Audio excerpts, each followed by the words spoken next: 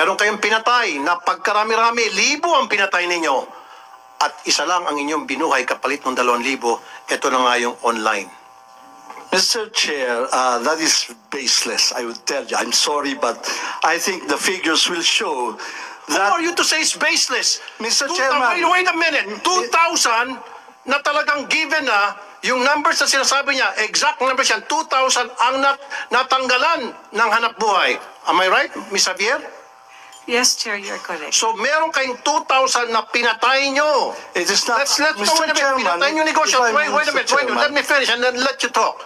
2,000 ang tinanggalan nyo ng hanap buhay, pinatay nyo negosyo, and then kapalit ng 2,000, isang kumpanya lang ang inyong binuhay. Go ahead, Mr. Robles. Hindi po ako may gawa niyan, Mr. Chairman. Dumating po ako awarded... under your watch. Mr. Chairman, if I may, Mr. Chairman, it is not under my watch that the PLS was awarded. 5.8 billion po yan. It is a modernization of the lottery system, Mr. Chairman. it was already on the But you implementation were the one stage, who Mr. asked for an Chairman. opinion from OGCC, and OGCC gave you an opinion na saying na hindi. Hey, where are we, Mr. Chairman? Are we on the Pulai? You know, Mr. Robles, the reason nang gagaliti ako rito because nakatanggap ako ng maraming complaint. The last time you weren't here kasi, I talked to several lotto agents, yung betting stations. Marami sa kanila mga OFWs, mga retirees. Nag-invest sila, bumuo sila ng pera doon. And now, mawalan silang trabaho. Mawalan silang kita. You didn't even consult them. Miss Evelyn Marking Javier, if I'm not mistaken, presidente ho kayo ng mga lotto agents. Yes. Were you consulted? Yes, Chair. Nasarado na po yung 2,000 na outlets po. Ano po? Nasarado na po. Ano yung sabi po nasarado? There are 2,000 lotto outlets na nasarado na po dahil nabigyan na po ng termination noong October 16. 2,000. 2,000. I mean, nag-start po yung 300 tas yung remaining pong 1,600 So, plus. so ilan po lahat ang nasarado? 2,000 po sa 2,000. Ano pong binigay na reason bakit po sinara po yung 2,000 na lotto outlets? Wala pong machine daw. Wala nang machine. Yun lang pong binigay na reason. Pero were you consulted? Na-informan po kayo na magkakaroon kami ng e-lotto Hindi po. na posible maapektuhan ang ilan sa inyo o marami sa inyo? To my understanding, Chair, with the previous administration, they had plans of having that. Parang pag-aaralan pa po. We were just surprised na ang bilis-bilis lang po siyang na. So yung previous administration, before Mr. Robles became the general manager, so meron na kayong narinig na plano. May plano po. But pero nakonsulta kayo. Opo, alam po namin. Alam nyo. Ang kinagulat nyo na lang, all of a sudden, boom, natuloy na. Opo. Okay. Mr. Robles, you might want to answer. Thank you very much na in-acknowledge you na it's not under my time. Kung nga po ang tatanungin niyo po, it should be 11,000 outlets. Had it been under my watch, Mr. Chairman, hindi ako papayag sa 6,500. No? That is a fact. Hindi po under my watch to, and I even asked my managers, why did you allow? And sila po ay kausap ng GM. I'm surprised why they did not raise that up. They are very close po with the past administration. So, well, they have the reasons for not saying it. Tama po sila. Hindi po dapat. But ang trust naman of that administration is to modernize the 25-year-old system. Now, dalawa pa nga na laging nagbe-breakdown. So, tama po kayo. Hindi ho dapat pinasarayan at marami pong nawalan. At even po kami sana, we could be getting more income had the previous administrator not implemented that. When I came, awarded na po yan. May timetable na po ang implementation. Ms. Javier? To my understanding, because I was there during the opening, the PCSO then said that they're going to initially order 6,500 because katatapos lang po ng pandemic, hindi po yata kakayanin na ganun kadami yung order nila na machine. So we were just wondering, I mean, with due respect po, no, GM, nung time po na nag-order po ng machine na 6,500, kayo na po yung nakaupo. Your Honor, that is a big lie. That is a big lie. Our records will bear us out. I will have to correct this because this is a very, very big lie. And if she's under oath, Your Honor, she will be in trouble.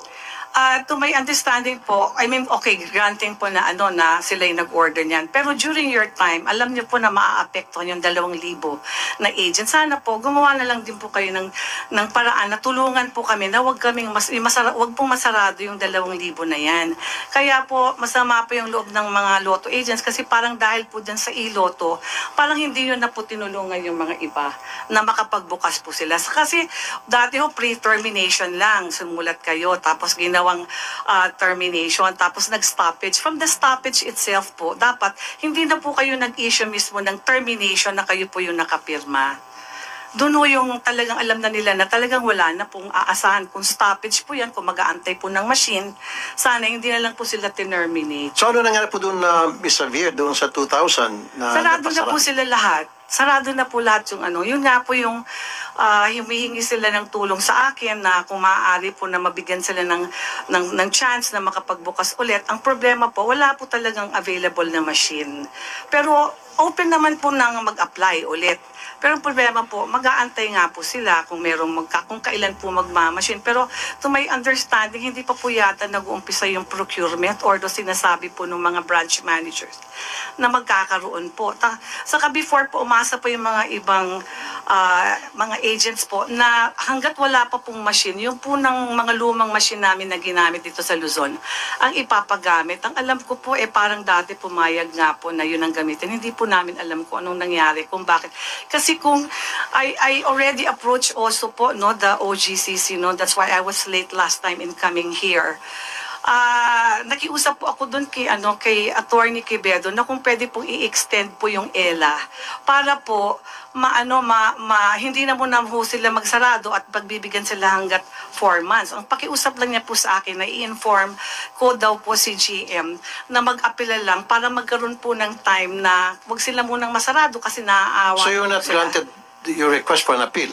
Kasi po, ang hinihingi lang po ni Attorney Quevedo that time is kung pwede daw pong sumulat sa kanila ng letter po si GM or si Chairman Kuwa na humihingi po sila ng extension para magkaroon po ng time kung merong o-orderin na machine or something. Pero sinabi ko po yun kay AGM Arnel Casas na yun po yung request ni Attorney Quevedo na kung pwede gumawa po sila ng sulat na nire-request po nila na ma-extend po yung yung ELA para patuloy pa po sila na makapatuloy po na makapagpatay at hindi masarado yung 2,000 kasi naaawa rin po siya dun sa mga agents na yun. At that particular time parang nag-follow up ako, parang sabi po, hindi naman po talaga nangyari na nakagawa po ng apela. Kasi Mr. Robles, 2,000 na mga lotto agents, sinibak nyo, tinanggalan nyo sila ng hanap buhay, pinatay nyo in short. Pero yung kita sana napupunta sa kanila, napunta ngayon sa Pacific Online Systems Corporation. Meron kayong pinatay na pagkarami-rami, 1,000 ang pinatay ninyo. At isa lang ang inyong binuhay kapalit ng 2,000. Ito na nga yung online. Mr. Chair, that is baseless, I would tell you. I'm sorry, but I think the figures will show Who that... are you to say it's baseless? Mr. Chairman... Wait a minute. 2,000 na talagang given na yung numbers na sinasabi niya, exact numbers yan, 2,000 ang natanggalan ng hanap buhay. Am I right, Ms. Javier? Yes, Chair, you're correct. So meron kayong 2,000 na pinatay nyo. It is not... Let's Mr. wait a minute. Chairman, Pinatay nyo negosyo. if I may, Wait a Mr. minute. Chairman. Let me finish and then let you talk. 2,000 ang tinanggalan nyo ng hanap buhay, pinatay nyo yung negosyo, and then kapalit ng 2,000, isang kumpanya lang ang inyong binuhay. Go ahead, Mr. Robles.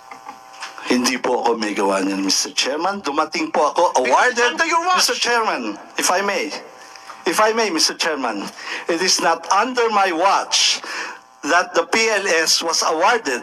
5.8 billion po yan.